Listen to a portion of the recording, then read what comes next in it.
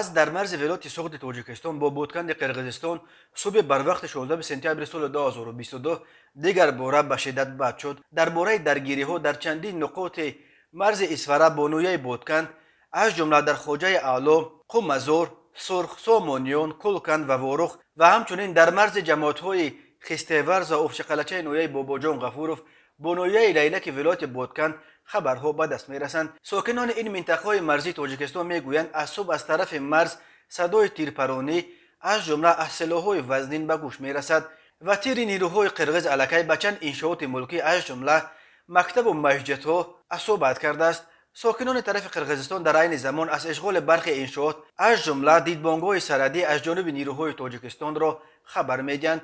هر دو جانب یکدیگر را در شروع تیرپرانی‌ها عیبدار میکنند.